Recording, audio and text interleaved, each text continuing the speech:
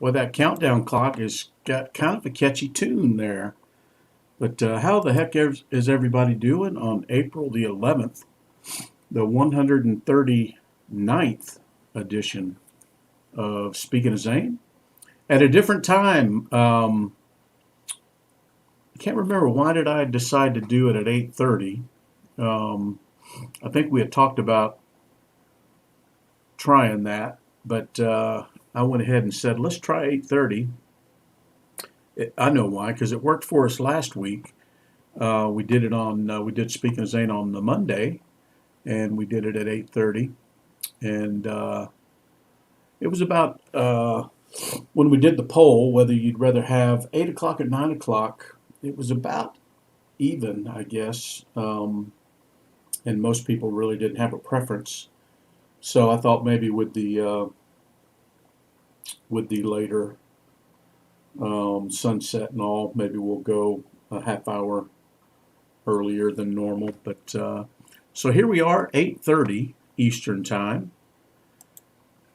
on April the 11th. Steve Shirley's in there. Toby Griffin's in there. Toby's my cousin. Toby, are you still down in Florida, or are you back home? Toby was in Tampa, then he was right next door in Dunedin, and he was going to a ball game.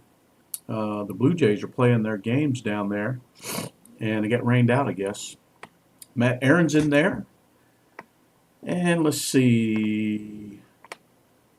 We got a couple of the Facebook users there. It shows up as Facebook user. I think one of them is Jim Miller.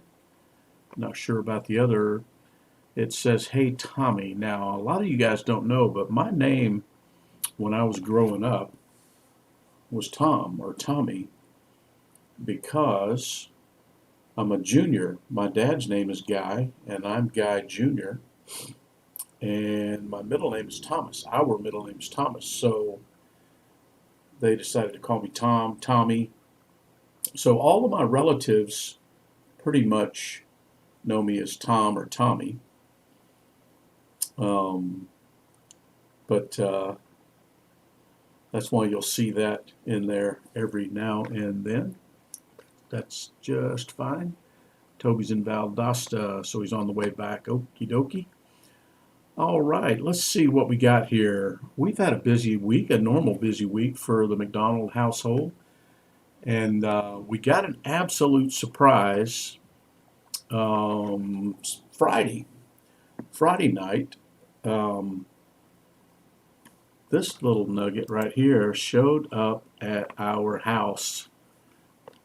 That is Paisley Sage McDonald.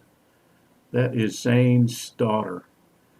And she was just a baby when he passed. And she will be, she's 6 now, so she'll be 7 this summer. But she is growing like crazy and just the most tenacious and spirited little girl. And we had a great time. Her and Abby flew down for a few days, and they have been they live in Virginia, and you can see there Paisley has a trach, and she's had that since she was a baby, and they've had several attempts to remove it, and it just has not worked out for her. But because of the trach and that open airway, she's real susceptible to airborne viruses and whatever. So anyway, a combination of precaution for her and really how restrictive they've been in Virginia. Abby and the kids have been pretty much locked down there, but they decided to break free and flew down. Abby and Paisley flew down, left all the boys up there with Will. And Friday night, Abby, Paisley, and Abby's mom, Donna,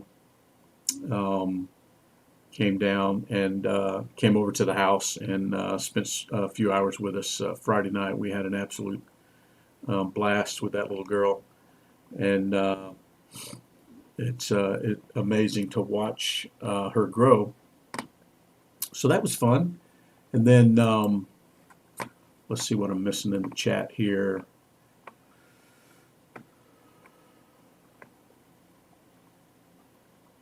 Oh, outstanding. So Matt's the platoon sergeant for his unit there in the Michigan National Guard. Good job there, Matt. Congratulations. Good stuff. Staff Sergeant Aaron.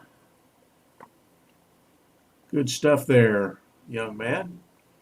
All right, what else is happening this week with us? Well, let me just show you here. There was you may have seen this. You may have seen this on the national news. Oh, well, shoot, I don't know if you can see it now. Let me see if I can make it bigger.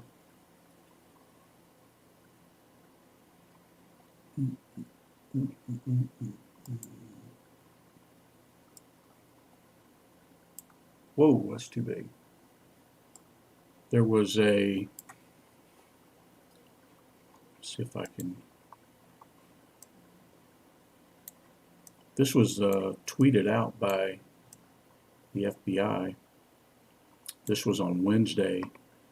There was a big drug dealing conspiracy that was busted by the Seattle PD, the DEA, the FBI, and I've since learned a variety of other organizations that have been targeting this drug distribution ring for some time now.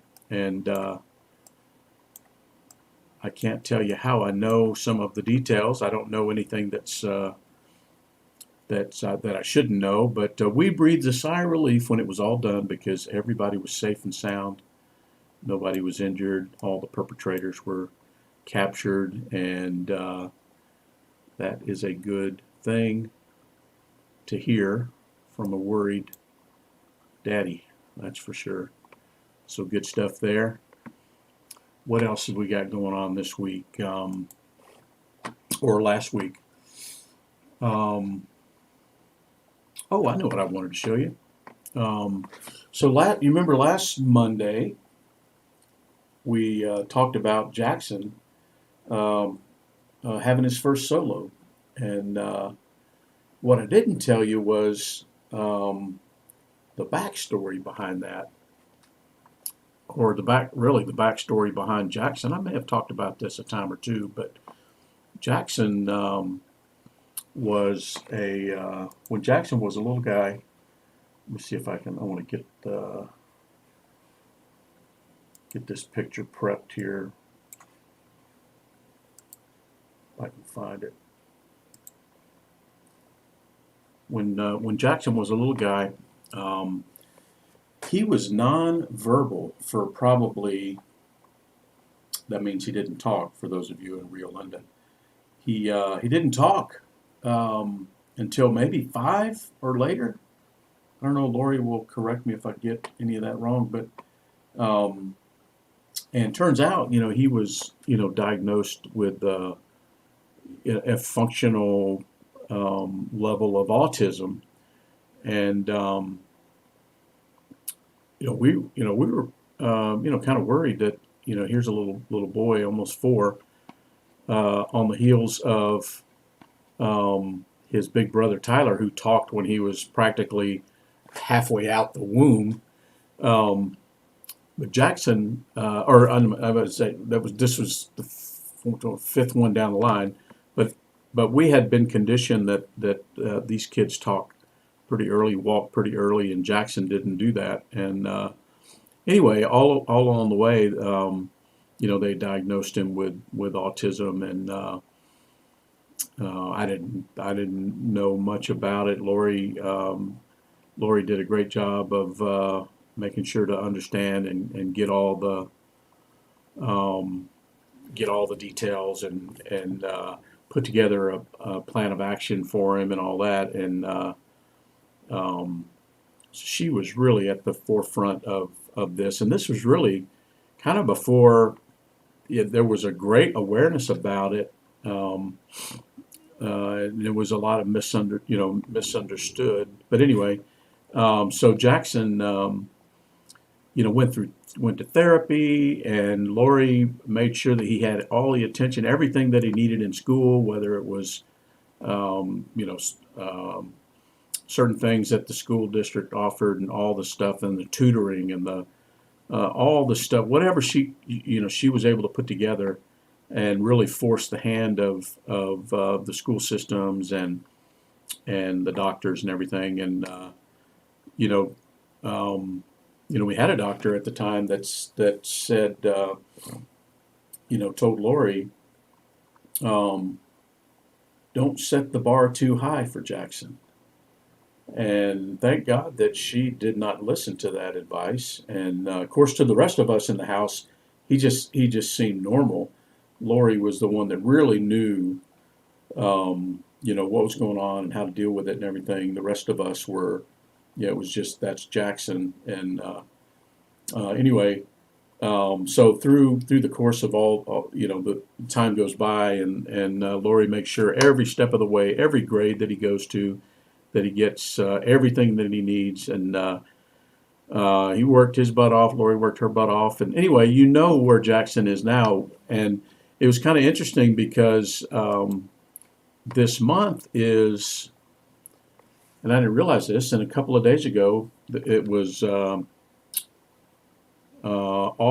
World Autism Awareness Day or something. I lose track of all these things, honestly, but I follow LinkedIn, which is like a professional, sort of work-related social media platform, and oftentimes professionals will post, things about their kids they're proud of and stuff. And so on World Autism Day, I made this post about Jackson, and talking about just what I said. The doctor said don't set the bar too high, and then this was just a day or two later, Jackson would solo and on his way to becoming a pilot, and having already spent 4 years in the Air Force as an air commando.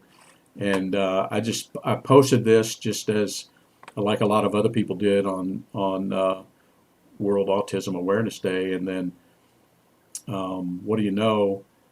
What is that? 46,000 views, and 1,100 some odd people have acknowledged, and a whole bunch of people have reshared it and all this stuff. So anyway, it's kind of a neat thing to be able to tout an accomplishment like that, and then have people really latch onto it and reshare it and provide words of encouragement and talk about how they have a child or a nephew or a niece or whatever that has autism. This gives them hope, and it lets people see that don't set yourself, and don't let others set these limits on your kids. And thank goodness that Lori didn't set any limits for Jackson, and he didn't set any for himself, and he continues at the ripe old age of, I think, 23, to excel, and he has a lot of great things ahead for sure. So anyway, I thought that was kind of neat to highlight on the heels of last week's solo flight. Let's see, what do we got? Steve over there. Hey, Steve, Shirley.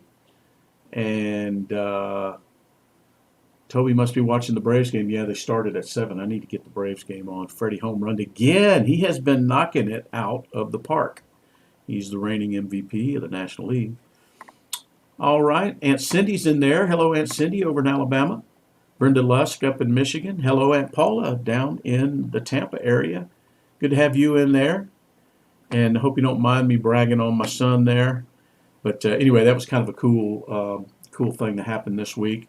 And then I didn't see Ken, if Ken's in there, but Ken, if you're in there, can you imagine what the hat of the week is? I just talked about a very successfully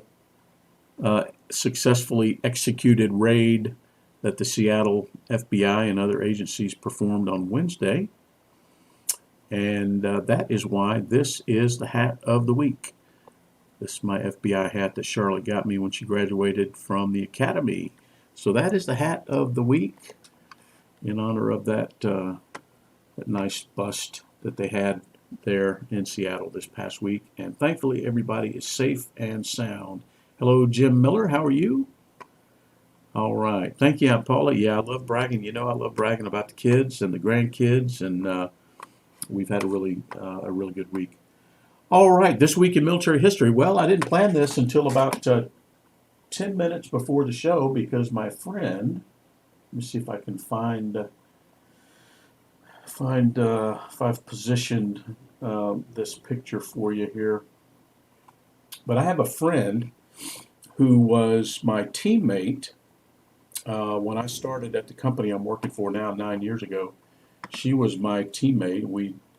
She was the salesperson. I was the engineer. We went together and conquered the world, and we had a great time working together. And she is here we go. She is currently hiking the Appalachian Trail. Okay. Now this girl, Kathy is her name. She's an Army vet. She was a military police officer in the Army, and very successful professional throughout her whole career. She recently retired. Her husband was an Army Special Forces guy, retired. And anyway, Kathy decided that she would hike the Appalachian Trail, and not only hike one way, she would go all the way up and then all the way back. And she is in Virginia at the moment, and she is over 60 years old. She's in her 60s, maybe 63 or 64, but in great shape. And she's hiking the trail by herself.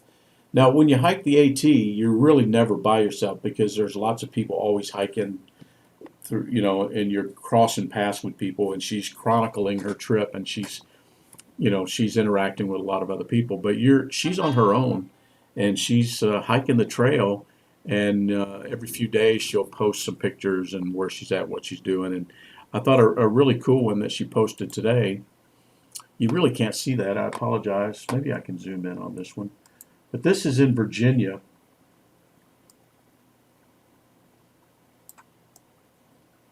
I know that probably doesn't help you. You're not going to be able to read it. But this is a marker signifying where Audie Murphy died.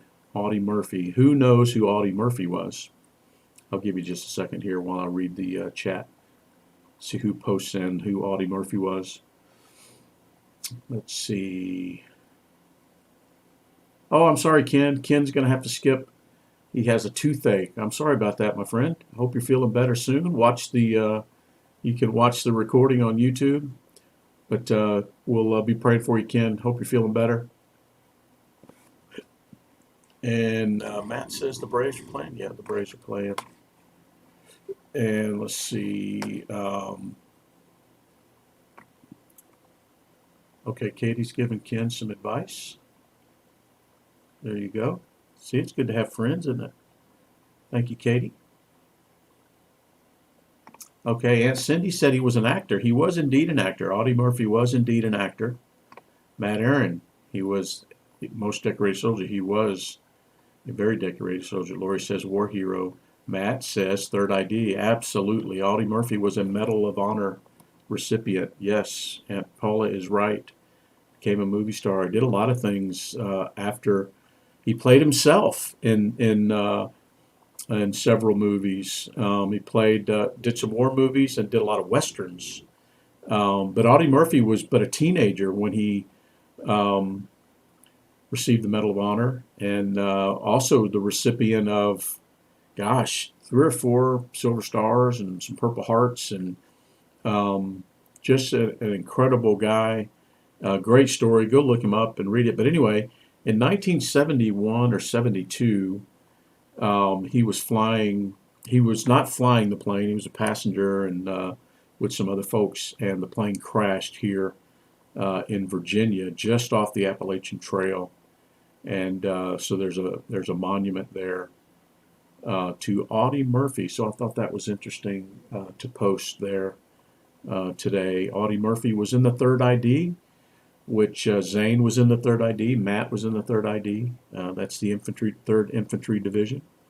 And I've had the opportunity to see his headstone at Arlington the few times that I've been there. and Audie Murphy. It makes me want to go back and watch some old Audie Murphy movies, and maybe I'll do that late at night when I finish working some night this week. And but anyway, I thought that was kind of cool that my friend Kathy, an Army vet, who's walking the Appalachian Trail, stumbles across the Audie Murphy marker there. So interesting for sure. All right. Let's see. Veteran Cemetery Challenge. We had some cemetery visits this week. Daryl went to Jefferson Barracks National Cemetery.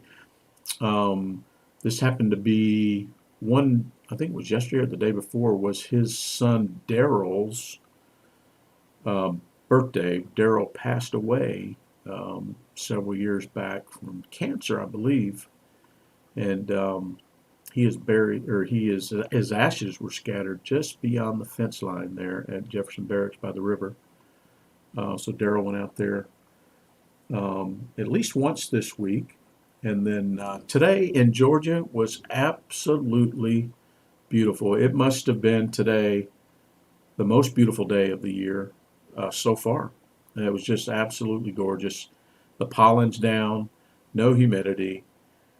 Gentle breeze, 72, 73 degrees, sunshine, just absolutely beautiful. And Lori took the kids and they went bouncing at some trampoline place or something. And I jumped in the truck and went up to see Zane in Canton at Georgia National Cemetery. It was absolutely beautiful up there today. A lot of people visiting loved ones at the cemetery today, and it's beautiful up there.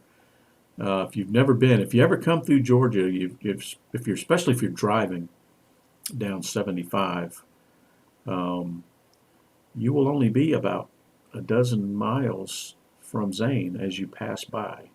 So stop and see him. Exit 290, I believe it is. But it's just a beautiful place there. I've talked about it. I've showed you about it. I've showed you some video from out there, and it's just an absolutely peaceful place. Beautiful up in the hills, and it was just gorgeous up there. I could have stayed up there all day. I did not, though. I did get a picture. Let me see here. Tried to stage some of these pictures for you guys and have them ready, but I'm not doing too well. But here's one. Here's one today. Yes, Lori. There's his flowers. Lori put these flowers out. What, Lori? Last weekend, I believe, Easter, and they are still there. They're still there, and there's a bunch of flowers that to his left there as well. First time I can recall seeing flowers to the soldier to his right or to our left, looking at Zane. But you can see there, I did leave, and I don't know why I hadn't done this before. I just got a new order of them in, but I did leave a new coin that I had designed there on his headstone. We'll see if it stays. We'll see. But anyway, I've got plenty of them. But it was a great visit out there today. It sure was quiet. Like I mentioned, the weather was absolutely beautiful. So that was a visit, and then I was just driving around up there, just enjoying the backwoods, and stumbled on another little cemetery there. I don't know if I've got that one teed up here or not. Let me look here. So I've got a new one to add to the Speaking of Zane Veteran Cemetery Challenge. Yeah, I sure do have it on there. But I stumbled on this. I don't remember how I saw this, but there's this little cemetery that's sort of between Canton and a little speck of nothing town called Ball Ground, Georgia. This little cemetery sets up in the woods. It's called Hickory Log Cemetery, and very interesting place. As I got there, I didn't know what to expect when I saw it, but or when I Let's see if I can find. Yeah, here we go. Let me share. I'll share this here. You can see. I just posted these pictures actually about 10 minutes before the show tonight. But you can see how, let me get up here and click on it. You can see just, how beautiful it is up in there. And this is like late 1800s, early 1900s it was built. But it's just, it's really, I don't know if anybody maintains it. It's probably fewer than 100 markers in there, something less than that. And I found probably 10 veteran headstones scattered throughout, and that's why I added it to our list here. You can see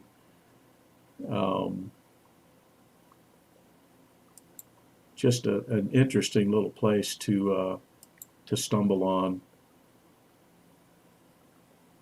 Here, that one could use some cleaning there, couldn't it?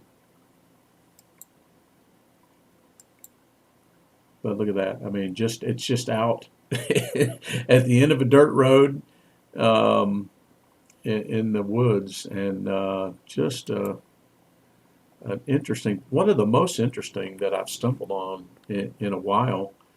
So we'll add that one to the map when I get a chance, and that'll be a new one for us since it had veterans there. So Daryl's visit, at least one. Guys, 1, 2, 3 visits, one new one. So we're at 393 visits to 129 different veteran cemeteries. So how about that? And that moves us on to the Thank a Vet Challenge, and I can see Aunt Paula's already throwing in some late additions to the numbers here. That's great. So let me run through the list here. Aunt Paula thanked a Vietnam vet earlier this week, wasn't it, Aunt Paula? I think you were at the Sam's, if I remember right. Boy, if we added up all the vets we met at Sam's, Lowe's, Kroger, and Home Depot, we probably have half our list. But so I'm going to add to Aunt Paula a Navy vet and an Army vet tonight. So she's got, that's 3 for Aunt Paula. That'll make, change the total. Let's see, add those 2. All right, so Aunt Paula's got 3 for the week. I had 3 for the week. How about that?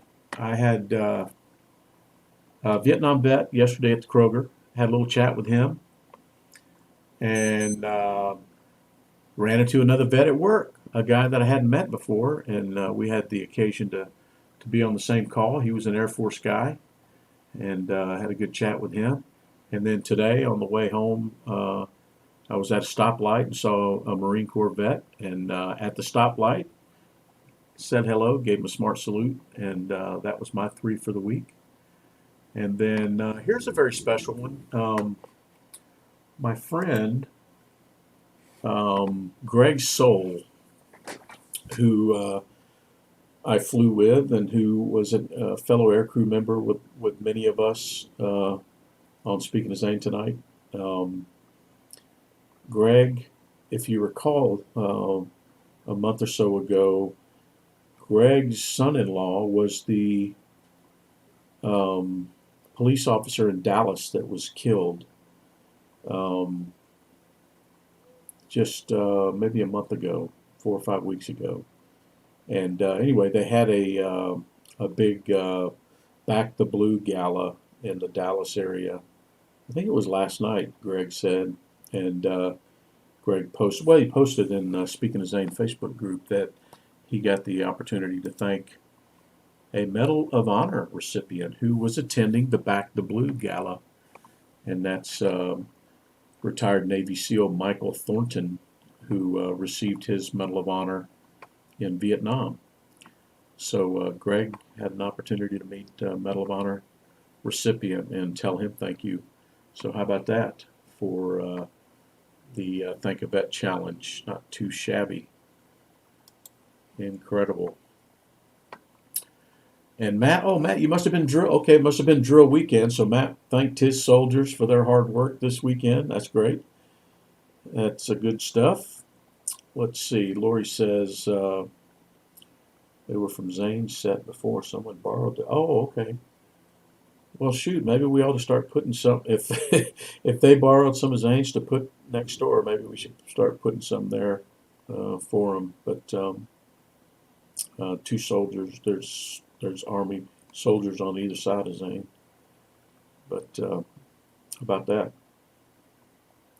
All right, so that's the Think a Vet challenge. So that takes us up to 8 for the week.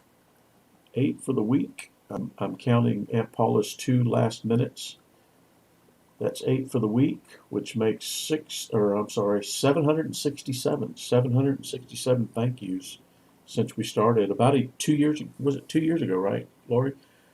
I mentioned last week we did it on the way. We started on the way home from visiting Charlotte at Texas A&M. So it had to be two years now. So in 2 years, this regular group of patriots here, has told a veteran thank you 767 times.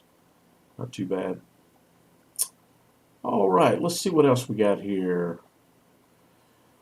Matt says, have you figured out what you're going to do with the rug? Well, Matt, I have it, but in the time being, I've got it underneath my desk so that when you walk into my office, the first thing anyone sees when they walk into my office, this coming in this way, the first thing you can't help but see is the third ID emblem. It's right there. I've got it underneath my desk, but my desk is high and there's no front on it. It's an adjustable. So when you walk in my office, the first thing you see right in line with the door is the third ID emblem right there underneath my desk. And it's under, so nobody can walk on it. So I kind of like it where it's at right now, honestly. We'll see what I do with it over time, but it's in a great spot. I tell you, I can't thank you enough for it. I'll post a picture of where I've got it so you can have an idea. Let's see. Aunt Paula says, Matt gets the award for the highest number of thank yous. Yes, he does. If he thanked his platoon, he sure does. That's awesome. Good stuff. Yeah, Matt, it's awesome. I tell you, I absolutely love it. And people walk, if anybody walks in my office, if they don't know what the third ID is, it gives me an opportunity to tell them what the third ID is and about Zane and about where I got it and all that. So what a great conversation piece. But good stuff. I sure appreciate it. Well, geez, I think that's about all I've got for the moment. Oh, I do have 2 pieces of sad news. You may have seen me post this. Well, and both of these are about high school friends of mine. And how am I still connected with high school people? Well, the only reason is social media. I mean, I wouldn't be connected with either one of these folks if it hadn't been for social media. But my friend Karen Usler, I grew up on military bases, and in high school we were at. My dad was stationed at Marine Corps Air Station Cherry Point in Havelock, North Carolina. So the majority of students in Havelock, elementary, middle school, high school, I'd say the majority of students were military dependents, military kids. And so most of my high school friends, classmates, are all, their dads were Marines too. And my friend Karen, her dad was a Marine, of course, and he passed away this last week. He was in his 80s. Master Sergeant Billy Mack Usler, and he passed. He was also a ham radio operator, I found out. But so rest in peace there, Master Sergeant Usler. And then not military connected, but my best friend in high school, Earl Temple. Now his dad was not military, They were native North Carolinians there, lived on the river, and Earl was my best friend, in junior high school, and then when we came back in high school, anyway, his son, Earl Webb Temple the fourth, was killed in a car wreck this past week, just a few days ago, and terrible. I've told Earl that once things settle down, I would love to talk with him, and I mean maybe something that,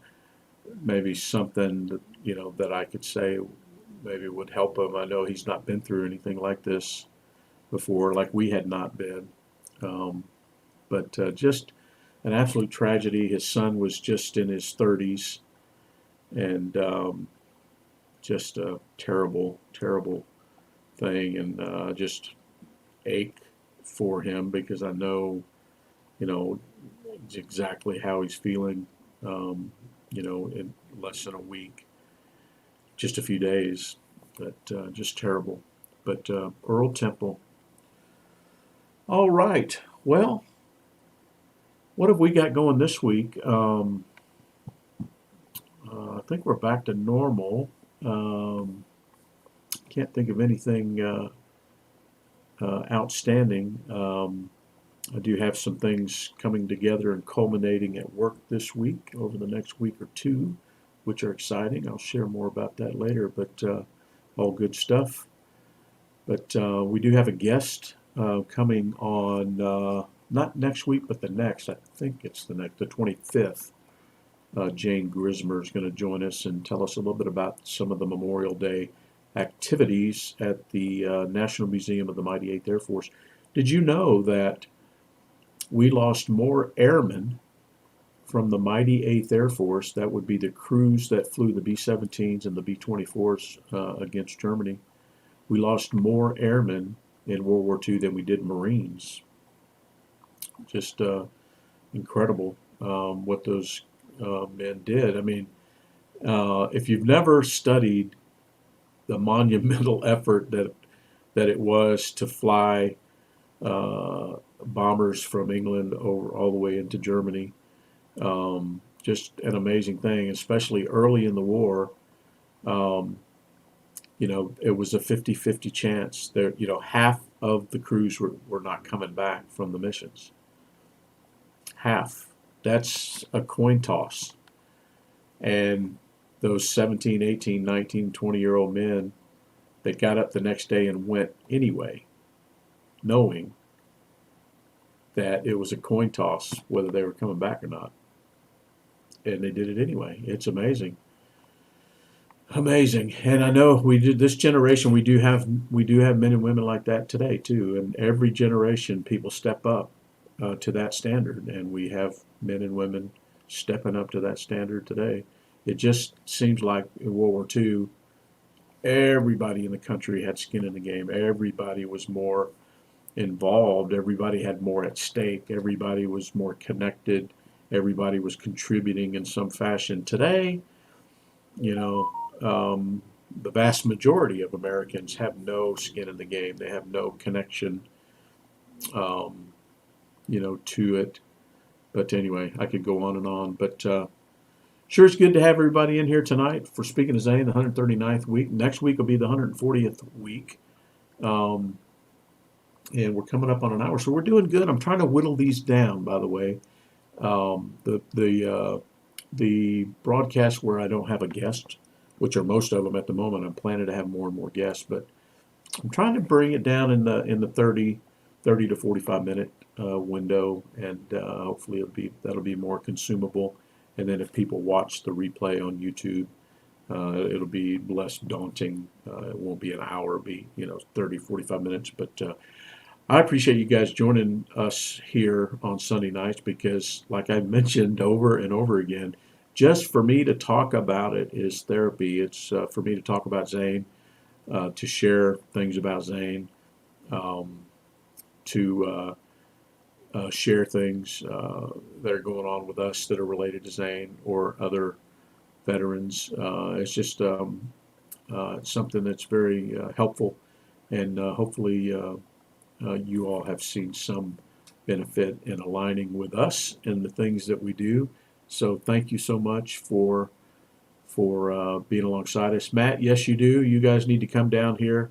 Lori, make a note of that. We need the errands to come down and visit, and we will make room for you, and would love to have you guys come down. So see about when you can carve that out, and we would love to host you. All right, folks. Well, have a great week, everybody. Make it count. And we'll look forward to seeing everybody back here again next Sunday night for Speaking of Zane. I don't know if we'll do it 8 o'clock or 8:30. You'll just have to stay tuned, and we'll see how I'm feeling. So take care, everybody. See you next week.